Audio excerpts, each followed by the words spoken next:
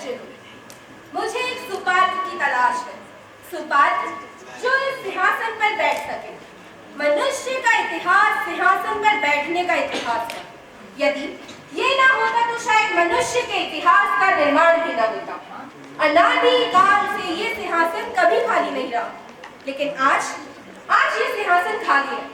अभी अभी खाली हो गया है क्योंकि इस पर बैठने वाला राजा सत्य, अहिंसा और न्याय की हत्या करके भाग गया। मुझे सुपात्र की तलाश है। क्या कोई है? क्या आप में से कोई ऐसा व्यक्ति मिलेगा जो इस सिंहासन पर बैठ सके? क्या कोई है? कोई प्रतिक्रिया नहीं। आप सब कौन है? तो क्या ये सिंहासन खाली रहेगा? आइए आइए, इसे खाली मत रहने दीजिए। यह आपको सर्वशक्तिमान सत्ता संपन्न बनाएगा और इस पर बैठकर आप सत्य, अहिंसा और न्याय की मनचाही व्याख्या कर सकेंगे। आइए आइए, संकोच मत कीजिए। मुझे वास्तव में सुपात्र की तलाश है। हम हैं। एक्सक्यूज मी, क्या महिलाओं को चांस मिलेगा? जी हाँ, क्यों नहीं। महिलाएं तो कई बार पुरुषों से अधिक योग्य साबित हुई हैं। हो सकता है आप ही वो सुपात्र हो जिसकी हमें तलाश है। छोड़िए भी, मैं तो मजाक कर रही थी। मैंने तो आपके मजाक को भी सच समझ लिया। अब आप ही जाइए। लेकिन मेरे हस्बैंड भी मेरे साथ हैं। तो क्या आप अपने हस्बैंड को हर जगह अपने साथ लेकर चलती हैं? देवी जी, मैं होमवर्क फिनिश करके आया हूँ। ये तो और भी अच्छी बात है। अब आप दोनों ही मंच पर आ जाइए। अच्छा आती हूँ। चलिए चलिए, अजी जल्दी कीजिए ना, कहीं कोई और भी ना आ जाए। जल्दी आइए। हे भगवान, जल्दी कीजिए। दीजिए, मैं तो आ गई। अब मुझे सिंहासन पर बैठा दीजिए। इतनी सुंदर सुपात्र आपको कहीं नहीं मिली। हाँ देवी जी, लास्ट वीक इन्होंने कालिनी सुंदरी का फर्स्ट प्राइज विन किया है। कालिनी नहीं, कॉलोनी। अरे हाँ भाई। और इससे भी पहले मैंने कॉलेज सुंदरी, हॉस्टल सुंदरी, ऑफिस सुंदरी। लगता है वे श्रीमान जी कुछ कहना चाहते हैं। विनोद भाई, आप भी स्वयं को सुपात्र समझते हैं? जी हाँ, बिल्कुल समझता हूँ। तो वहाँ पर क्यों खड़े हैं? मंच पर चले आइए। 1 2 3 4 नेताजी की जय जयकार। देवी जी, क्यों? क्या हुआ?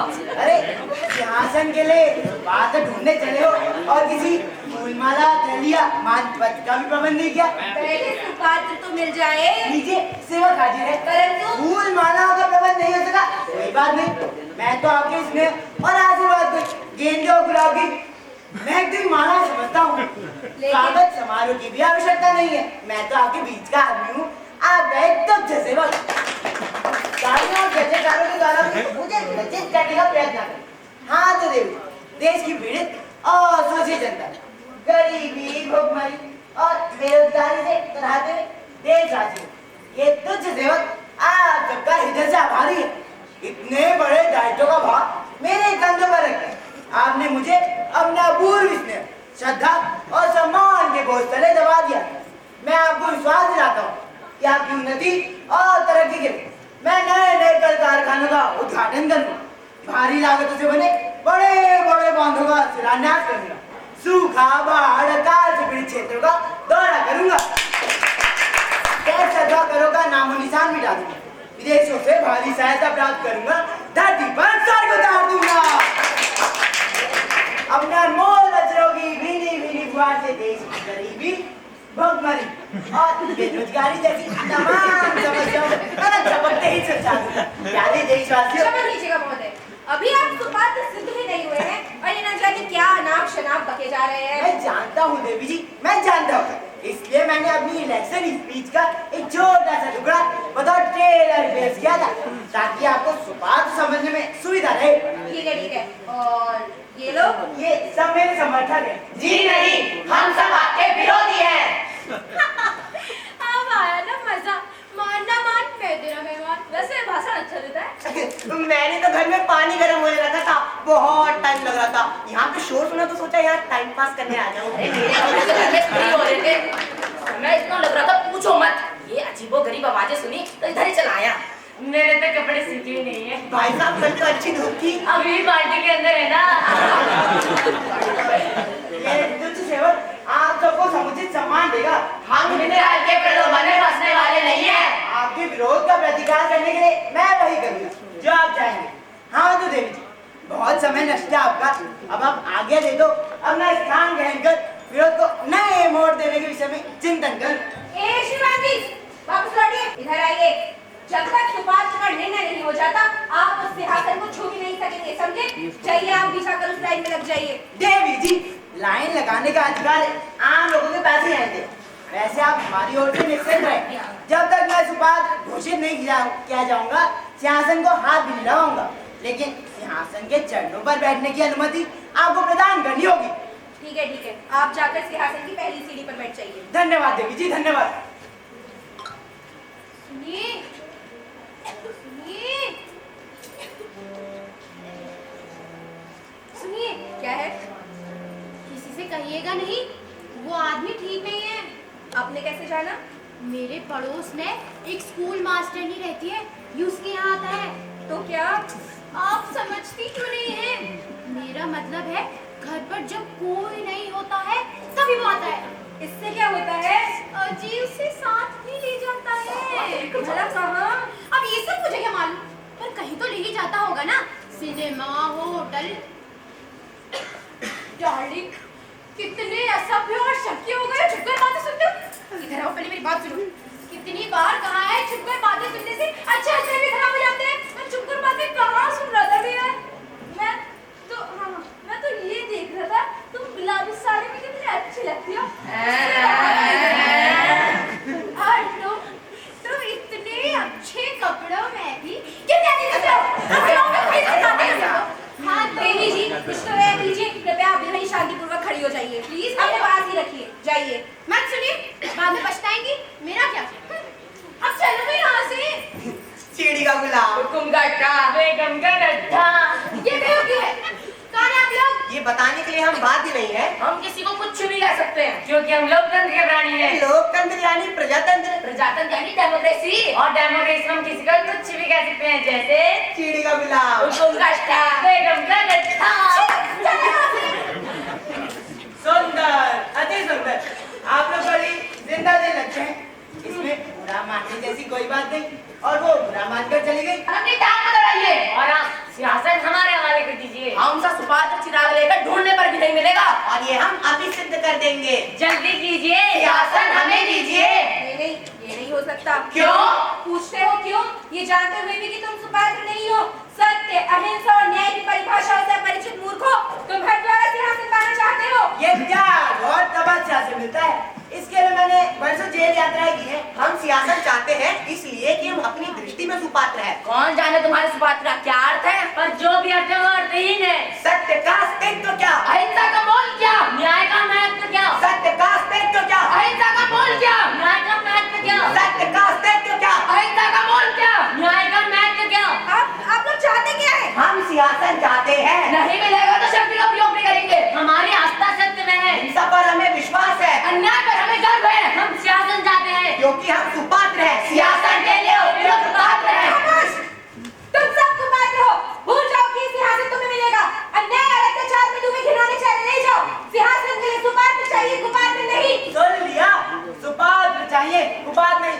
जाइए, आप लोग जा सकते हैं। हम चले जाने के लिए नहीं आए हैं। हम सियासत लेकर ही जाएंगे। देखते हैं हमें इसे लेने से कौन रोकता है। खबरदार, एक भी कदम। मेरी बात करना उचित है।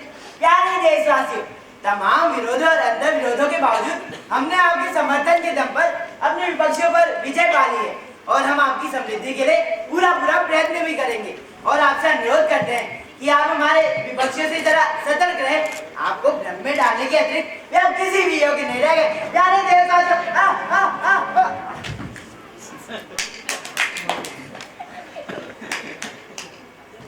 आप लोग अपनी हरकतों से बाहर नहीं आएंगे, और आप अपनी मक्कारी से सिंहासन तुम्हें नहीं मिलेगा। तुम उसे छू नहीं सकोगे। वो हमारा है, वो हमारा है। लेकिन उस पर केवल कोई एक ही बैठेगा। क्यों देवी जी? जी हाँ, सिंहासन पर तो केवल कोई एक ही बैठेगा। मैं बैठूंगा। मैं बैठूंगा। उसके योग्य केवल मैं हूँ, और वो मैं हूँ। उससे अधिक योग्य कोई नहीं है। तुम सब यही कहते रह जाओ, और ये हमारा गलत। झूठ, यह अधिकार केवल मेरा है। उस पर मेरा जन्मसिद्ध अधिकार है। झूठ बोलते हो, हमें मूर्ख समझते हो। बात मत करो। वो हमारा है। नहीं, मेरा है। हमारा है। मेरा है। हमारा है। मेरा है। सियासत मेरा है। सियासत मेरा है। सियासत मेरा है।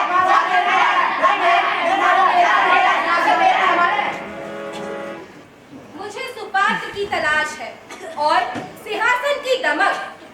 पाने की लालसा, उससे चिपके रहने की भूख सुपार्थ और कुपार्थ के भेद को और भी जटिल बना देती है।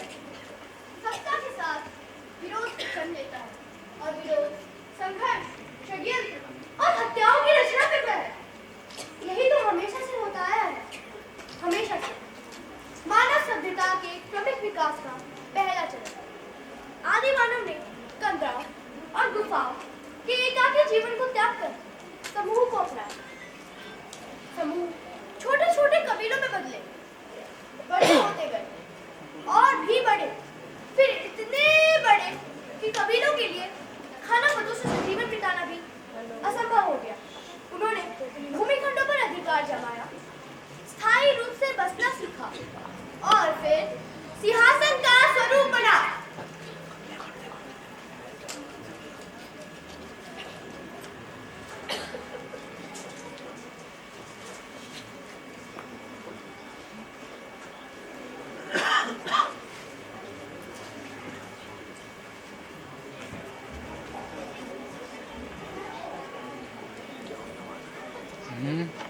है यार झूठ बोलता हूँ यार, क्या होता किस साइड बिल्कुल ही बता मैंने देखा तो मैं कैसे कहूँ कि हाँ है या नहीं। तुम कह रहे हो तो चलो मान लेता हूँ, लेकिन है किस साइड तो तुम्हारी नज़र में ना चील की निगाह मेरी। अरे तुम्हारी बात अरे अरे अरे अरे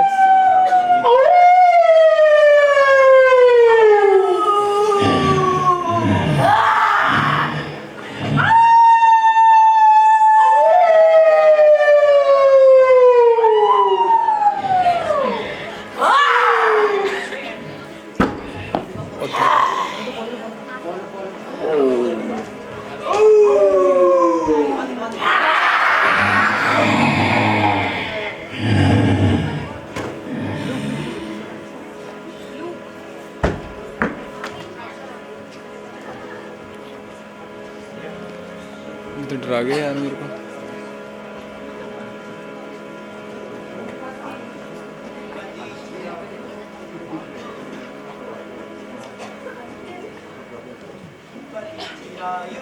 भूपति चिरायु हो, भूपति चिरायु हो, भूपति चिरायु हो, भूपति भूपति चिरायु हो, भूपति चिरायु हो, भूपति चिरायु हो, भूपति भूपति चिरायु हो, भूपति चिरायु हो, भूपति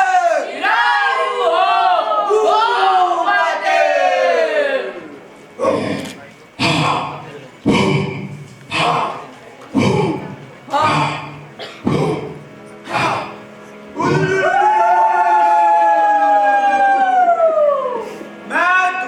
भूपति तुम सबसे अधिक शक्तिशाली और बुद्धिमान। ये भूमिखंड मेरा है, तुम सब मेरी प्रजा हो। मेरे बैठने की व्यवस्था करो। मेरा आसन तुम सबसे अच्छा, अलग और ऊंचा होना चाहिए। उसकी व्यवस्था हो गई है भूपति जी। वो देखिए, आपकी प्रजा ने आपके अधिकारों को मानकर अपनी श्रद्धा, विश्वास और प्रेम की पवित्र भावनाओं का प्रतीक वो सुंदर और अनमोल आसन आपके लिए बनाया है। इसे स्वीकार कर हमें अनुग्रहित करे भूपति जी। अद्भुत, अपूर्व, प्रजा की पवित्र भावनाओं का ये प्रतीक हमारे अनुकूल है। हम इसे स्वीकार करते हैं। भूपति की नहीं, राजा की। राजा क्यों? भूपति क्यों नहीं? प्रजा की श्रद्धा और विश्वास के इस प्रतीक पर बैठकर कहीं आप अपनी प्रजा से ही विमुख न हो जाए। इसलिए इस आसन पर बैठने वाले को हम राजा का संबोधन देंगे। राजा का संबोधन क्या प्रजा से अटूट संबंध स्थापित करने में समर्थ है? देखिए ना, राजा प्रजा, प्रजा राजा, कितना राजा। घनिष्ठ संबंध है दोनों में। राजा प्रजा, प्रजा राजा, राजा प्रजा, प्रजा राजा, राजा प्रजा, प्रजा राजा, राजा के जय हो। राजा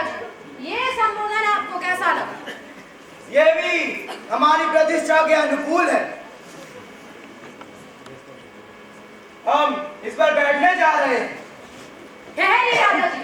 क्यों? क्या हुआ? अब क्या हुआ? क्षमा कीजिएगा राजा जी, लेकिन सिंहासन पर बैठने से पूर्व आपको अपनी प्रजा से वचनबद्ध होना पड़ेगा। किस लिए? ताकि आप अपनी प्रजा के प्रति निष्ठावान रहे और प्रजा आपके प्रति। हमें करना क्या होगा? आपको सिंहासन पर बैठने से पूर्व शपथ लेनी होगी। शपथ? हमें स्वीकार है।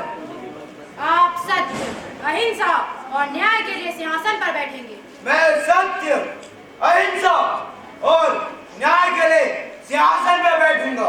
आप प्रजा का पोषण और रक्षण करेंगे। मैं प्रजा का शोषण और रक्षण करूंगा। राजा जी, शोषण नहीं, पोषण, पोषण। हाँ, वही। अब आप सिंहासन पर बैठिए। राजा के जय हो! राजा के जय हो! मैंने अपनी शक्ति और सामर्थ्य के दम पर इस क्षेत्र का विस्तार किया है, इसकी सीमाएं बढ़ाई हैं और ये कार्य मैंने प्रजा के हित में किया है। राजा के जय हो!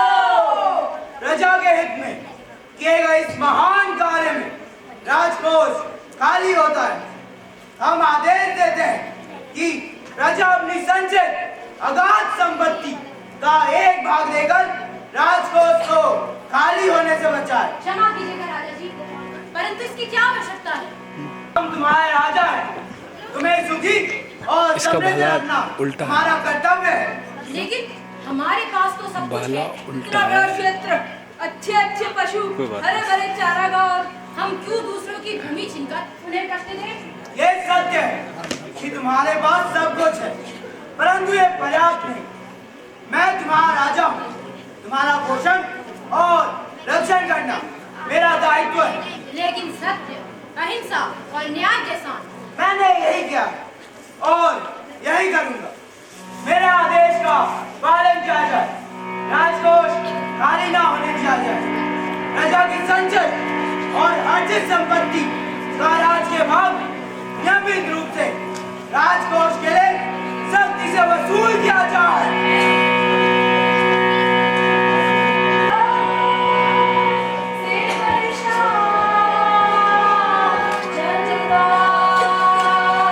राजा होकर भी अनाड़ी है, ये राजा ही नहीं शिकारी है, बीमारी है, महामारी है।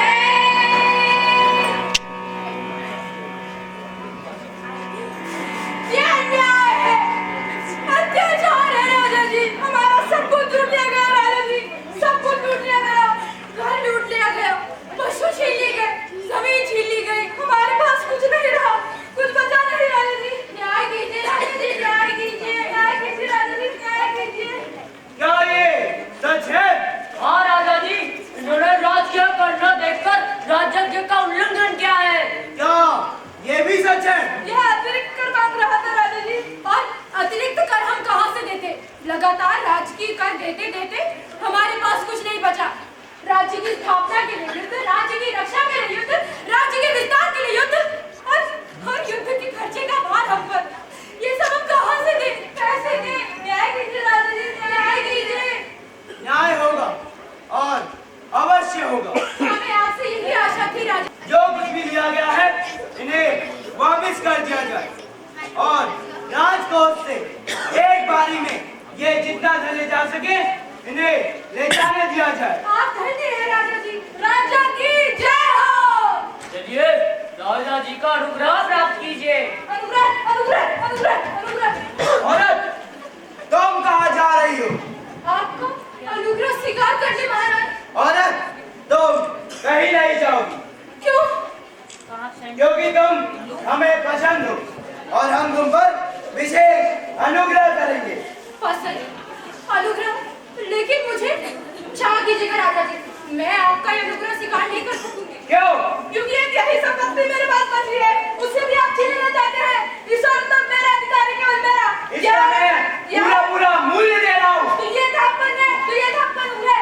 सब कुछ छीन लेने के बाद ऐसा न्याय, ऐसा अनुग्रह नहीं चाहिए मुझे, ऐसा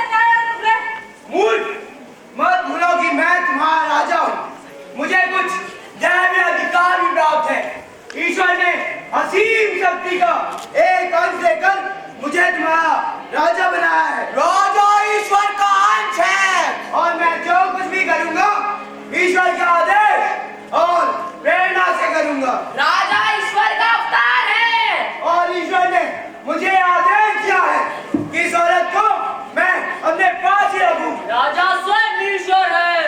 ये झूठ है, मक्कार है, अन्याय है। इस औरत पर मेरा अधिकार केवल मेरा। आओ मेरे साथ चलो। देखा तुम लोगों ने, ये शुद्ध मनुष्य ईश्वर के आदेश और प्रेरणा को झूठा कह रहा है। क्या ये नास्तिक नहीं है? ये सचमुच नास्तिक है राजा जी। ईश्वर के आदेश को झूठा कह रहा है। मार डालो इसे। नहीं, छोड़ो, छोड़ो, छोड़ो,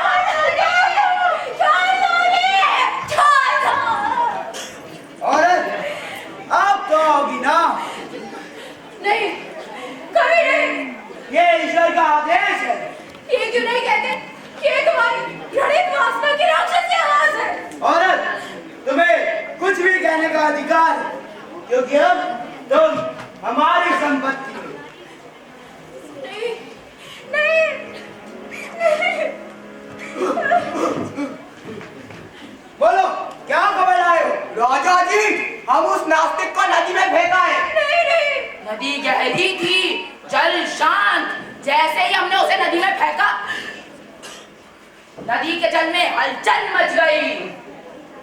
एक बार तो पानी में पूरा डूब गया। गोल लहरें दूर तक फैलकर सिमट आई। फिर वो छटपटा कर बाहर निकला। गोल लहरें फैल गईं। कई बार वो पानी में डूबा और उतराया। कई बार गोल लहरें फैली और सिमटी, और जब वो आखिरी बार पानी में डूबा तो गोल लहरें बिल्कुल ही सिमट गई। उनके बीच एक केंद्र बन गया। कुछ देर तक वो केंद्र नाचता रहा, फिर वो भी आगे बढ़ गया और वो नास्तिक पानी के बाहर दोबारा न निकल सका। लेकिन जितनी बार वो पानी के बाहर निकला, उसने यही कहा कि राजा झूठा है, राजा मक्कार है। नास्तिक वो नहीं, नास्तिक राजा है। राजा राजा बनते ही लुटेरा हो गया। ईश्वर के नाम पर उसने मेरी बीवी को मुझसे छीन लिया। बकवास बंद करो। किसका मुंह बंद करोगे तुम? सभी यही कह रहे हैं, राजा राजा बनते ही लुटेरा हो गया, डाकू हो गया। हमने लुटेरे को राजा बनाया, एक डाकू को सियासत दिया ताकि वो हमारा सब कुछ छीनकर हमें बेघरबार कर दे, हमारी इज्जत आबरू लूट कर हमें नदी में भिगो दे। कब मिलेगा छुटकारा इस पापी से, इस अत्याचारी दुराचारी से? हे भगवान, हमने इसे राजा क्यों बनाया? क्यों बनाया? राजा बनाया नहीं जाता। राजा अपनी शक्ति और सामर्थ्य से बनता है। राजा को सिंहासन दिया नहीं जाता, वो उसे अपने बाहुबल और बुद्धि कौशल से प्राप्त करता है। जाओ, इस औरत को भी नदी में फेंको। नहीं, नहीं, नहीं, छोड़ दो मुझे, छोड़ दो।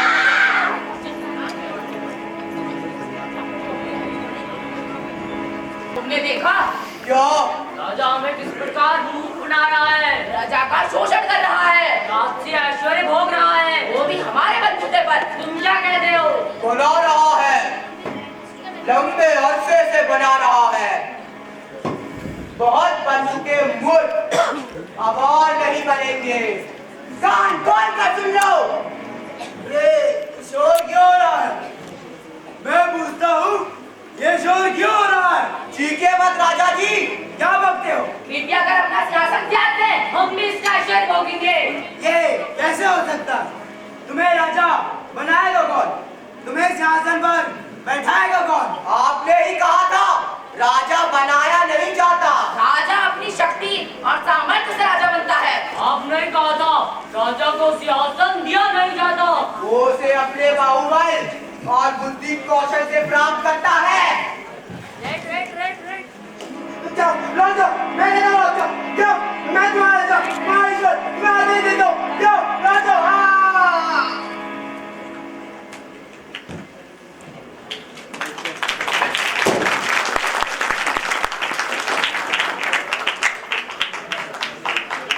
वो क्षण आ गया है, इसका हमें इंतजार था। वो इतनी आसानी से हट जाएगा, ये तो हमने नहीं सोचा था। इसमें क्या संदेह है? मैं तुमसे इसने कहा क्या? इस सिंहासन पर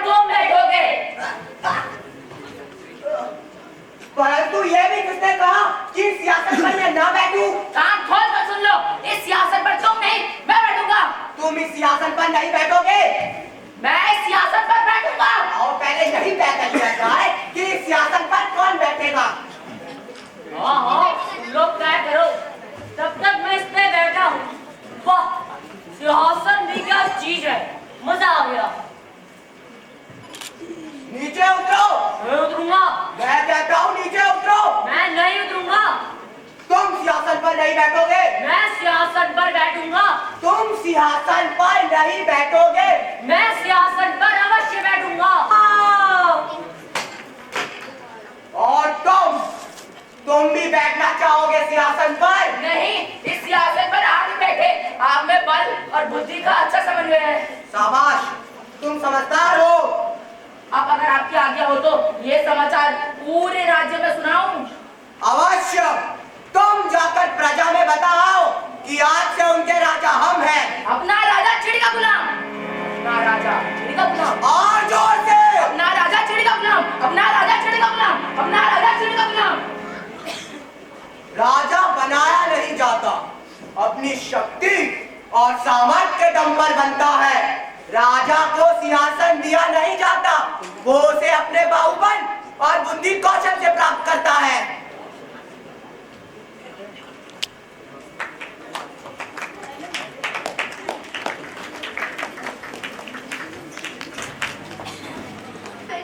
अंतहीन छोड़ की तरह आज तक समाप्त होने को ना आया।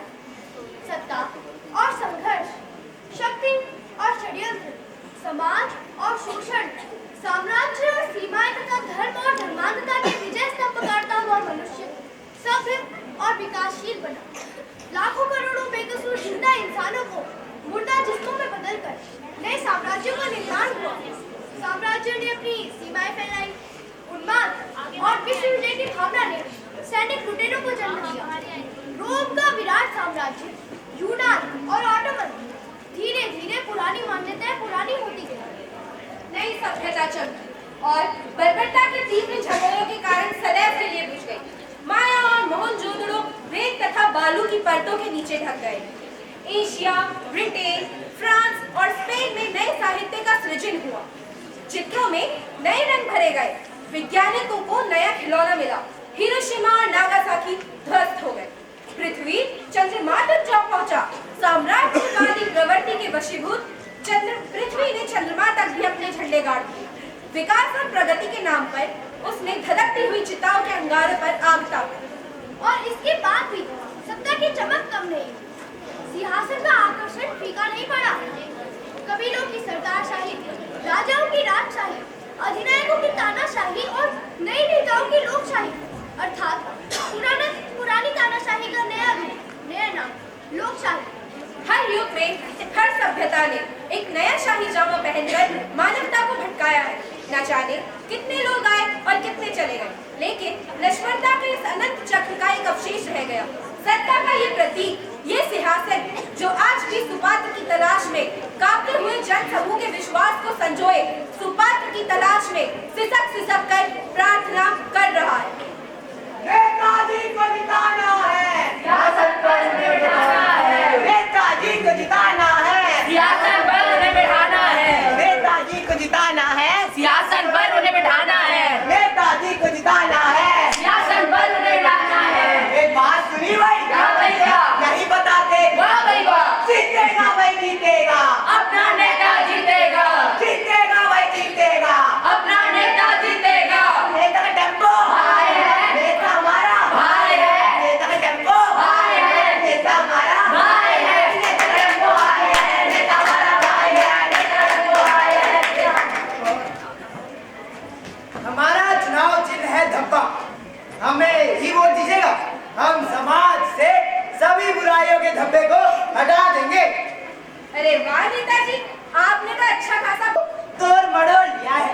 ये तो चुनाव है और चुनाव में हर प्रकार के हथकंडे अपनाने की छूट तो दी ही जाती है, वरना चुनाव का मजा ही क्या। आपने विरोधियों को दल बदलने की प्रेरणा इतनी जल्दी दे दी, ये तो सचमुच चमत्कार है। सब लक्ष्मी जी की कृपा है। अब आपका भी समर्थन प्राप्त हो जाता तो सिंहासन पक्का है, समझिए। हाँ क्यों नहीं, आप तो अपने ही आदमी हैं। देवी जी, मुझे ही सुपात्र घोषित कीजिएगा। आपका जो भी निर्णय होगा मुझे मान्य होगा। राजनीति का कौ भी पढ़ाने की आवश्यकता नहीं है। मैं पेशेवर राजनीतिज्ञ हूँ। आपके समर्थन का पूरा मूल्य चुकाऊंगा। पूरा मूल्य। हारेगा भाई हारेगा, ऐसा नेता हारेगा। हारेगा भाई हारेगा, ऐसा नेता हारेगा। अरे बंधु क्या गिजब करते हो? चुनाव पर इसका विपरीत असर पड़ेगा। हमारी वजह से वो तो स्वार्थी हो केवल अपना टूटती जनता, मैं जनता हूँ, टूटती जनता, आजादी हमारा सपना है, आजादी हमारा सपना है, मिट्टी नहीं भूख जिसकी, मिट्टी नहीं भूख जिसकी, कुछ और खाने के बाद भी, कुछ और खाने के बाद भी। ओह, लगता है किसी ने आप लोगों को मेरे खिलाफ भड़का दिया है। मैं आपको विश्वास दिलाता हूँ कि सिंहासन ग्रहण करते ही सर्वोच्च पद मैं आप लोगों में ही विजय करूंगा। आप लोगों को मुझसे कोई शिकायत भी नहीं होगी और संपदा हम सब मिलकर कर पा सकेंगे। सियासत पर तुम्हें बैठाए क्यों? हम खुद ही बैठ न जाए मारन को भाई सियासत पर तुम्हें बैठाए क्यों? 3 बजे चला जाऊंगा न मैं। जाए क्यों समर्थन का मूल्य, प्रचारकारी का मूल्य, आ गए। सुंदरी जीपे कारे, सियासत पर तुम्हें बैठाए क्यों? हम खुद ही बैठ न जाए क्यों भाई भतीजों, रिश्तेदारों के लिए उद्योग धंधे, ऊंचे ऊंचे ओहदे, मैंने आपको कुछ भी देने से इनकार नहीं किया और आप मेरे खिलाफ बैठेंगे भाई बैठेंगे, सियासत पर हम बैठेंगे बैठेंगे भाई बैठेंगे, सियासत पर हम बैठेंगे बैठेंगे भाई बैठेंगे। सियासत पर हम बैठेंगे जाओ जाओ धमेड़ो, देख लूंगा। अगर एक को अपने गुंडों से जिंदा ना भुगवाया तो मेरा नाम भी धमेड़ा नहीं। नहीं था नहीं।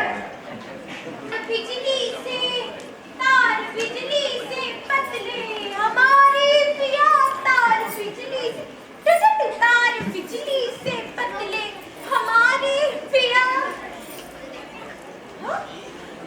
6 बजने को आया है, 5 बजे छुट्टी हो जाती है, 5:15 अधिक से अधिक 5:30, पौने 6 बजे तक तो आगे जाना चाहिए था। आने देने कर, आज बताती हूँ।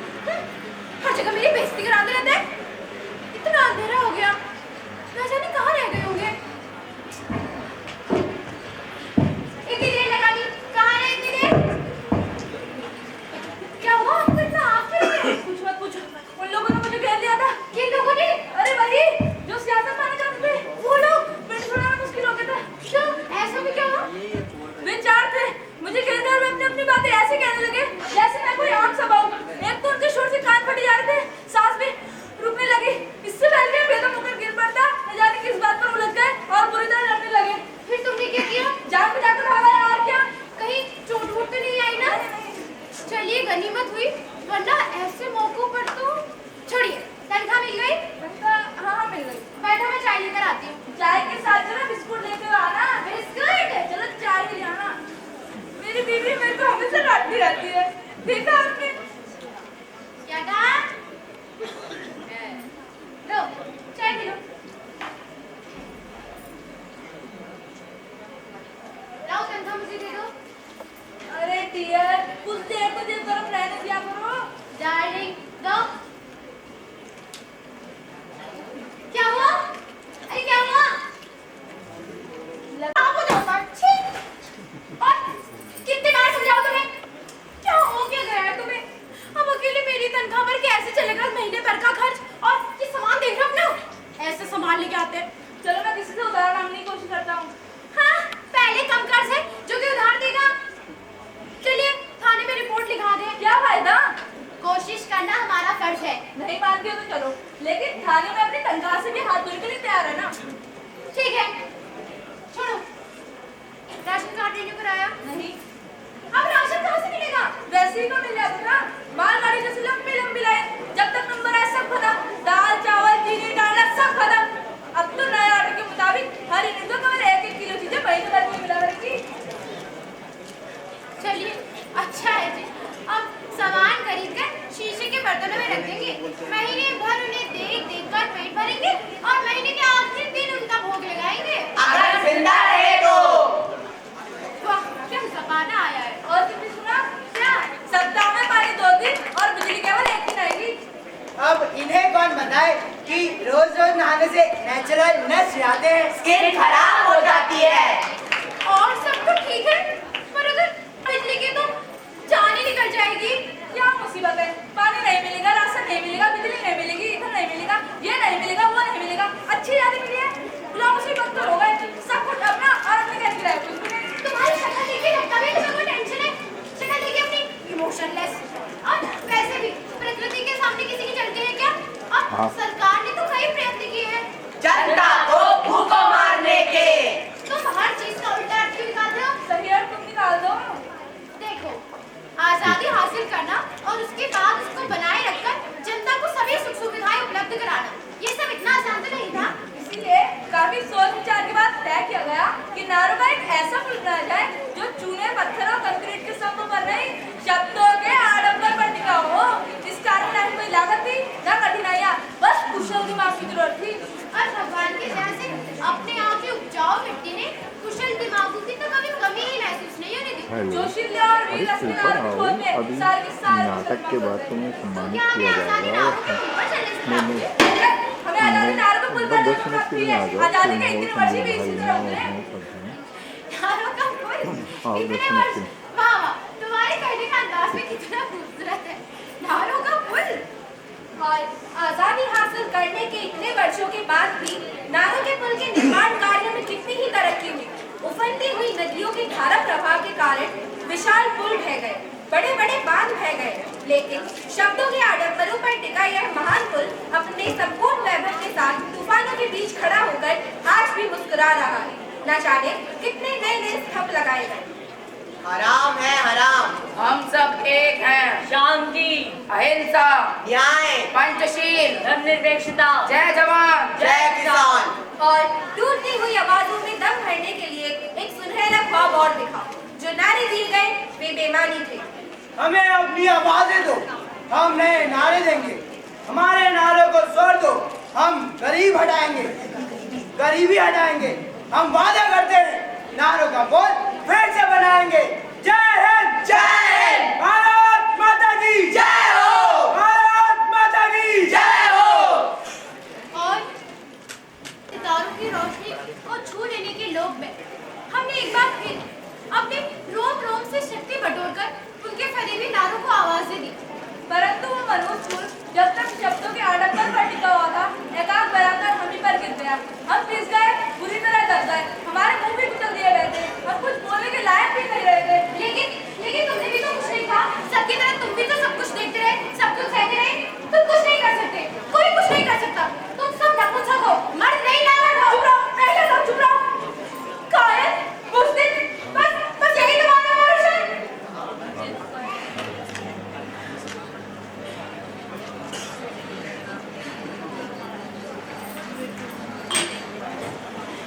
चीड़ी का गुलाम जिंदाबाद, चीड़ी का गुलाम जिंदाबाद, चीड़ी का गुलाम जिंदाबाद, चीड़ी का गुलाम जिंदाबाद, चीड़ी का गुलाम नाटक चलते थे। चीड़ी का गुलाम मेरे पास फोन आया, वो फिर- चीड़ी का गुलाम। तुम लोग कुछ बोलते क्यों नहीं? कुछ हमसे कहा। मैं कहता हूँ तुम लोग मेरी आवाज से अपनी आवाज क्यों नहीं मिलाते? इसलिए कि तुम्हारी आवाज हमारी आवाज से भी तो मिल सकती है। ये कैसे हो सकता है? क्यों नहीं हो सकता है? जानते हो तुम्हारी आवाज से मिलकर मेरी आवाज कितनी बुलंद हो जाती है। यानी कि हमारी आवाज से मिलकर इनकी आवाज बुलंद हो जाती है। मतलब हमारी आवाज में कोई जादू है, संगीत है। तो ठीक है, हमारी जादूगरी संगीत में है, आवाज से अपनी बेसुरी आवाज मिलाओ। लेकिन भगो मत, बोलो बेगम का अड्डा जिंदाबाद, बोलो बेगम का अड्डा। जिंदाबाद शाबाश, रेडी, बेगम का अड्डा। जिंदाबाद। अरे बोलो हुकुम का अड्डा जिंदाबाद। नहीं, बेगम का अड्डा। नहीं हुकुम का अड्डा। मैं कहता हूँ बेगम का अड्डा। और मैं कहता हूँ हुकुम का अड्डा। बेगम का अड्डा, बेगम का अड्डा, बेगम का अड्डा, बोलो बेगम का अड्डा। मुर्दाबाद। शाबाश, अब मिली है ना आवाज से आवाज। चुप रहो, ऐसा नहीं चलेगा। तो कैसे चलेगा?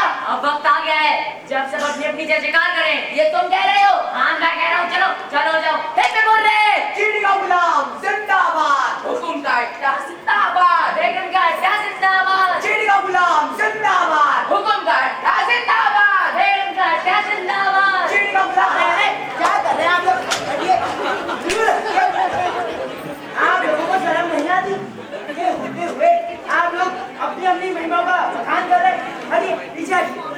ये माला आप पहनिए और आप संकोच मत कीजिए। Thank you. ये आप क्या कर रहे हैं? मालाएं हम लोगों को क्यों पहना रहे हैं? कौन जाने किस रूप में नारायण मिल जाए। पता नहीं किस रूप में आकर नारायण मिल जाएगा, मन मन के दर्शन में वो राम के दर्शन पाएगा। आप तो जनता जनार्दन है, ये साक्षात परमेश्वर। ये मालाएं आपको समर्पित कर मैं हे जनता परमेश्वर, मैं साक्षात नगद स्वीकार कर अरे ये आप क्या कर रहे हैं? मेरी तो कुछ भी समझ नहीं आ रहा।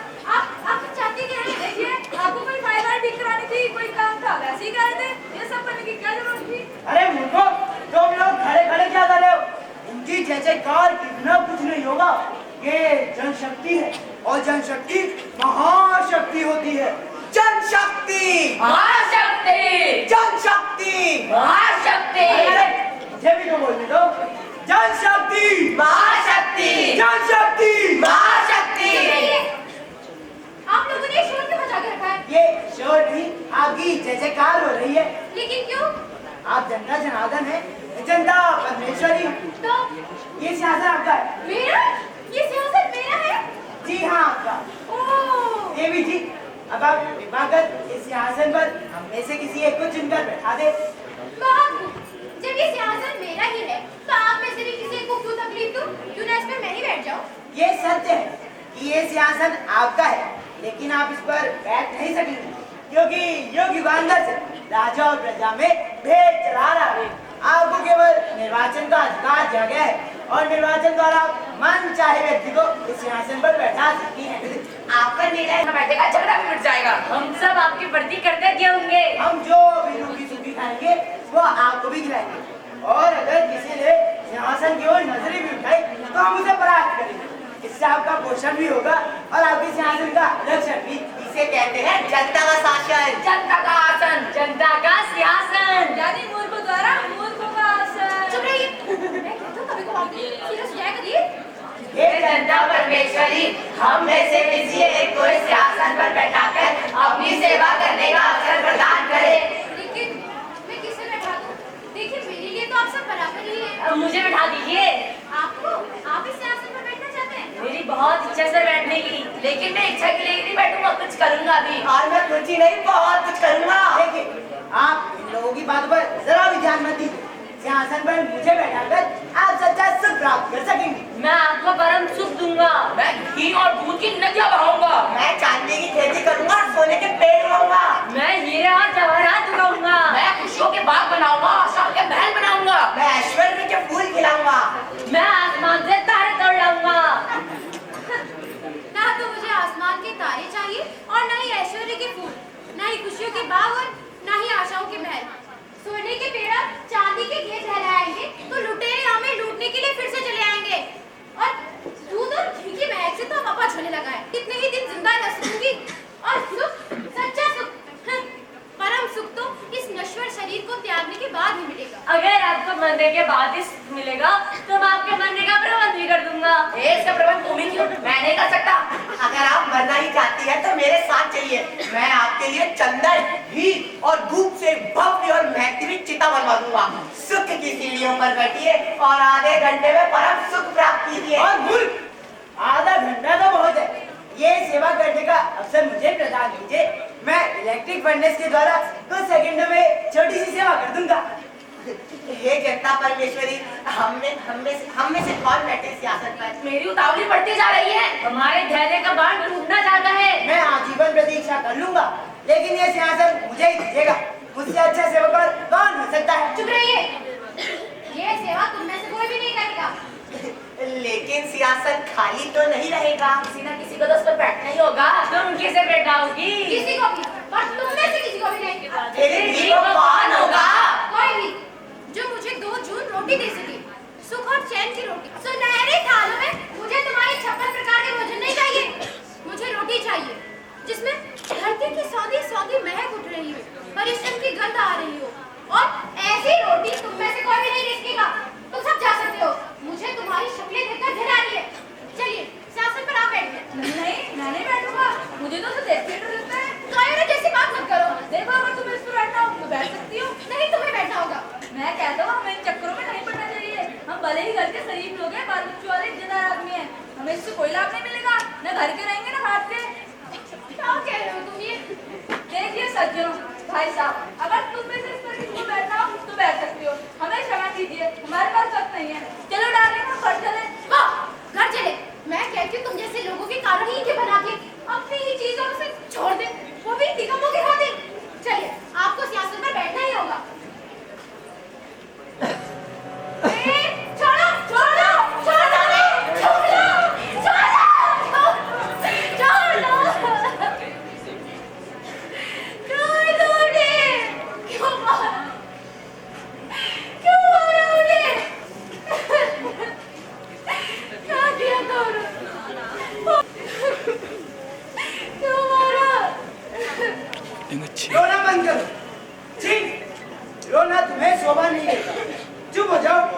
आंसू पोंछ जाते हैं।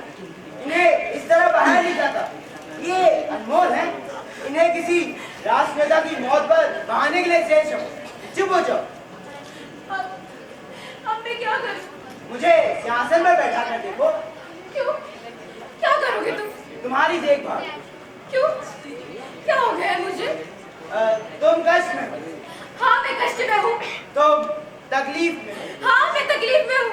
तुम यंत्रणा भोग रही हो। हाँ मैं यंत्रणा भोग रही हूँ। सदियों से यंत्रणा भोग रही हूँ। जिसने चाहा मेरे साथ बलात्कार किया, मनमानी की, लूट खसोट की। राजतंत्र ने भी और प्रजातंत्र ने भी, देशी राजाओं ने भी और विदेशी राजाओं ने भी, हर एक ने यही किया। हर बार यही हुआ, हर बार यही हुआ, हर बार यही हुआ। लेकिन इस बार वो सब नहीं होगा जो हर बार हुआ है। इस बार ये एक वो सब नहीं होने देगा जो हर एक ने किया है। लेकिन क्यों?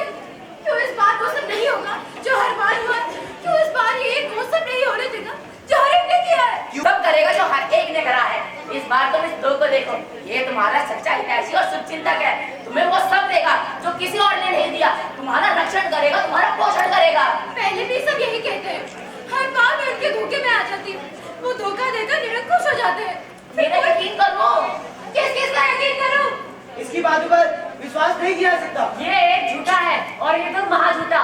ये तीन है जिस पर तुम पूरी तरीके से विश्वास कर सकती हो।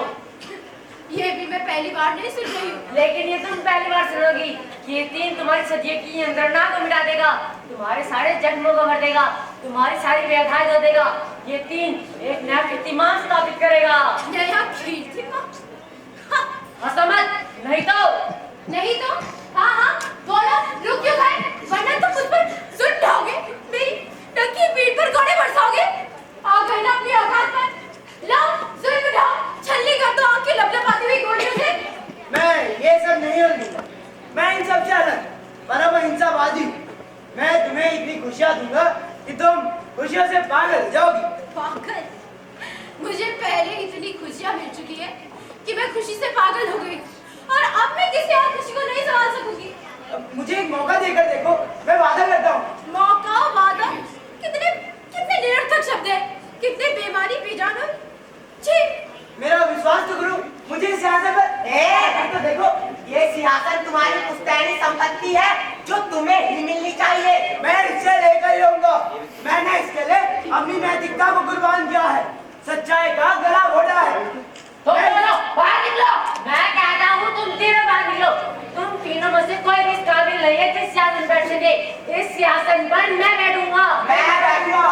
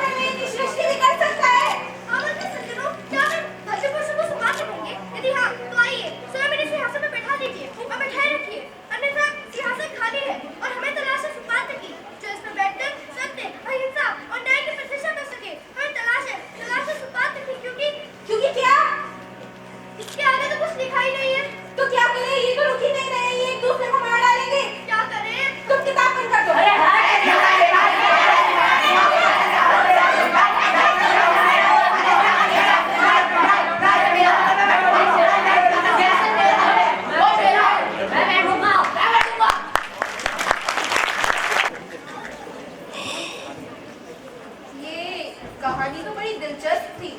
इसको पढ़कर तो लग रहा था जैसे मैं जनता से बातें कर रही हूँ। हाँ यार, मुझे भी लग रहा था जैसे कि मैं सूत्रधार बन गई हूँ और सुपात्र की खोज कर रही हूँ। हाँ, लेकिन ये कहानी तो बहुत पुरानी है। तो क्या आज भी सिंहासन अब भी खाली है, सिंहासन अब भी खाली है, सिंहासन अब भी खाली है, सिंहासन अब भी खाली है। हमें तलाश है सुबात की, क्योंकि सिंहासन अब भी खाली है, सिंहासन अब भी खाली है, सिंहासन अब भी खाली है। हाँ हाँ, सिंहासन अब भी खाली है। Yes, what a wonderful performance by these promising artists. Give them a huge round of applause. 2 के पात्र में, मैं ललित 3 के पात्र में, मैं जिया मीना सूत्रधार के पात्र में, मैं पूर्वावन सूत्रधार के पात्र में, मैं हिमांशु नेता, मैं अमर रहा पति, मैं कंचन महिला, मैं अर्शिफा ग्रामीण, मैं सरस्वती ग्रामीण।